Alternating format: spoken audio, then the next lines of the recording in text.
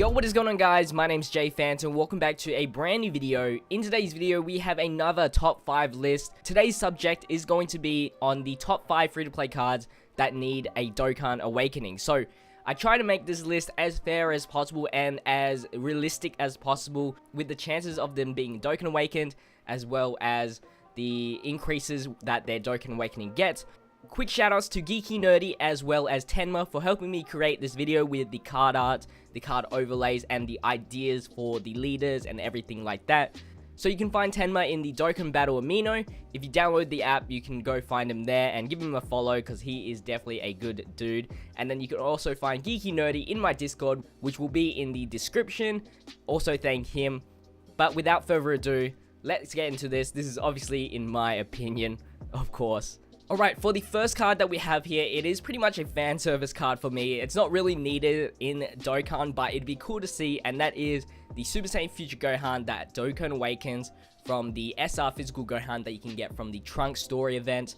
Now, let's quickly talk about the original card. I will say that every single new card that I am going to show you guys, we're just going to talk about the leader, super attack, as well as the passive skill.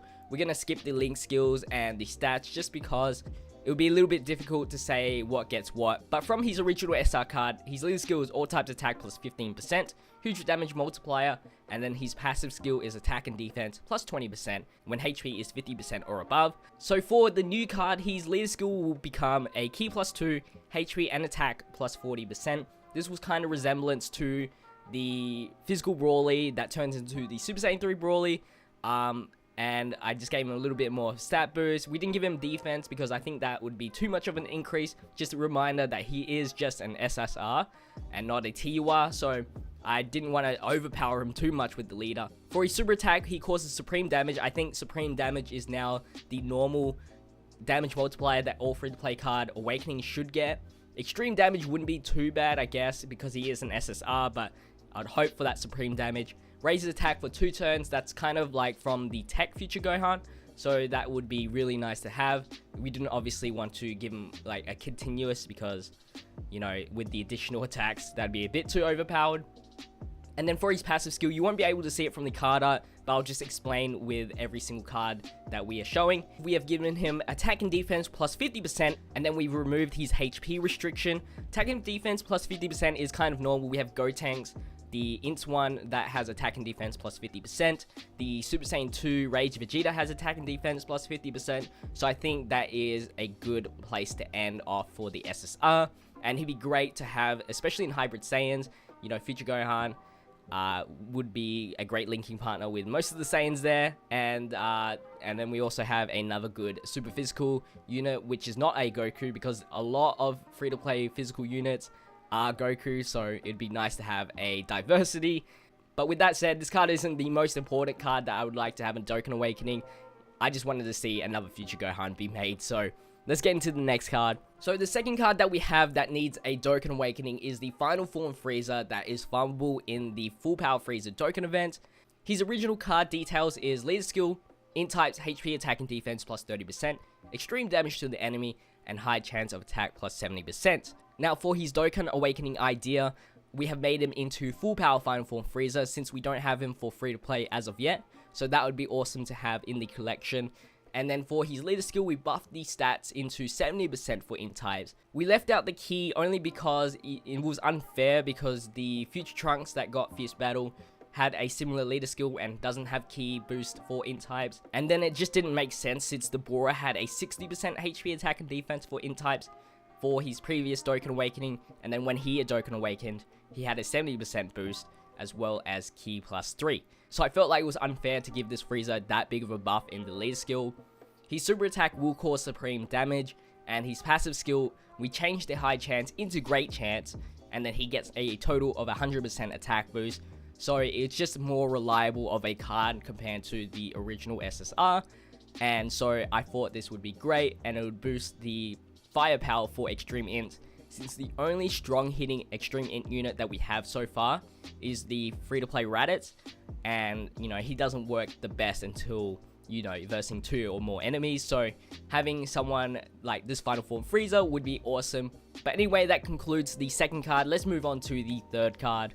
which is the AGL Cell Perfect Form. If you don't know about this card, you get him from the Perfect Cell Dokkan event. His leader skill is AGL, HP attack and defense plus 25%, causes extreme damage to the enemy, and his passive skill is all enemies minus 12% in attack. Now for his Dokkan Awakening, he becomes a TUR card, and his naming becomes Perfect Cell. And his naming becomes Perfect Cell instead of Cell Perfect Form in brackets. Now there are some disadvantages and advantages for changing the naming of this card. Now one of the reasons why we changed it is because Perfect Cell is actually a better form of the Cell Perfect Form. And his transformation becomes after when he suicides in this series. So not only does he get a little change in the name, he also gets a new category, which will be the Revive the Warriors category, which all Perfect Cells have. And then the only downfall is that you can't link him up with the other Perfect Cells, the pay-to-play ones. For his leader skill, we gave him AGL Key plus 2, HP attack and defense plus 40%. I was thinking of making it extreme AGL units. Either way, same results. I just wanted a decent leader for my extreme AGL team.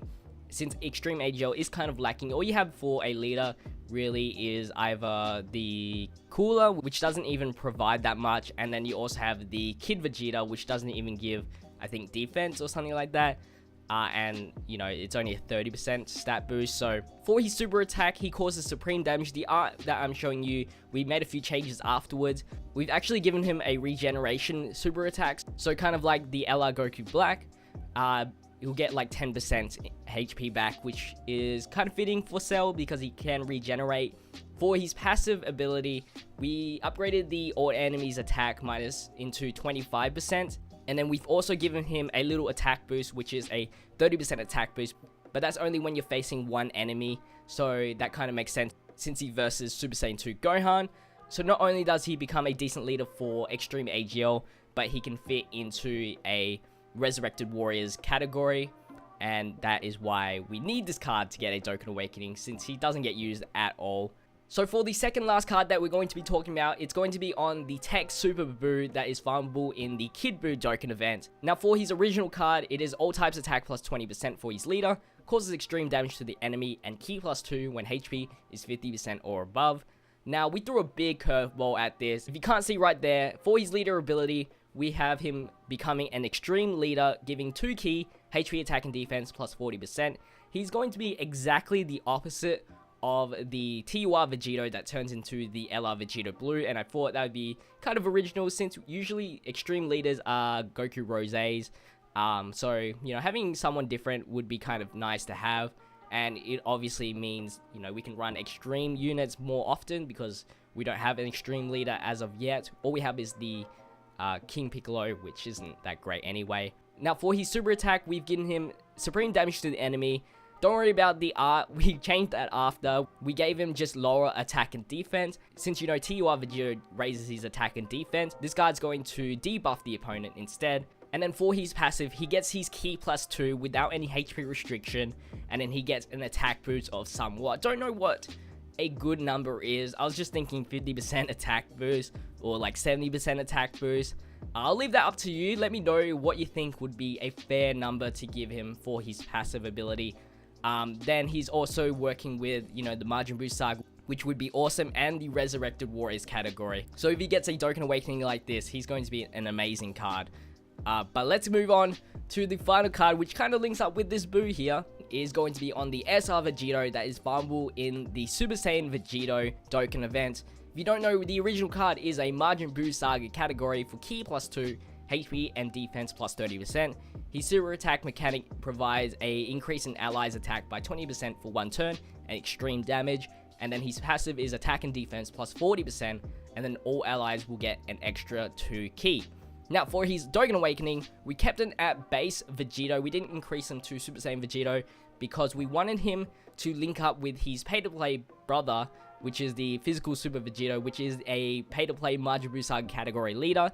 So having them linked up with the Vegito link set is going to be perfect. So now for his leader ability, Majin Buu Saga category gets 3 Ki, HP and defense plus 60%, and then he also gets an additional 30% attack. So it's not rare to see, you know, the attack stat being different to the HP and defense stat of the increase. We've seen it on multiple category leaders, so I thought that would be very fitting. Super attack will now do supreme damage and greatly raises allies attack for 1 turn. So instead of 20%, I think it's 50% that the greatly multiplier does.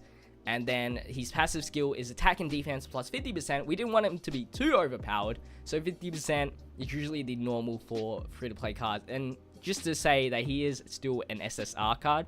And then for his all allies thing, he still gives key +2, but we also added an additional 25% attack for all allies. So in reality, he does get a 75% attack boost, which is already overpowered as it is. Now, this guy is going to be perfect if he gets a Dokkan Awakening. If he had his passive where he provides allies an extra 25%, fits in Super STR very well. He can fit in heroes with LR Vegeta Blue being his perfect linking partner. And for Majin Buu Saga category, he's so great. And you can also add the Super Buu that we previously talked about into the team, and you've got a very good team as it is. He also will be great in Batara since he provides all allies key +2 and 25%. And then he could possibly replace the tech Vegito that is usually the supporter type for Patara. Who knows? But anyway, guys, that is going to be wrapping up the video. If you enjoyed it, make sure you leave a like. Let me know in the comment section down below what 5 cards you think needs a Dokkan Awakening. Do you agree with my list? Let me know. And then if you are new, of course, make sure you hit the subscribe button. Share this video around. But as always, thank you guys for watching. It's been JPhanta, and I'll see you guys in the next video. Stay fizzy. Peace out.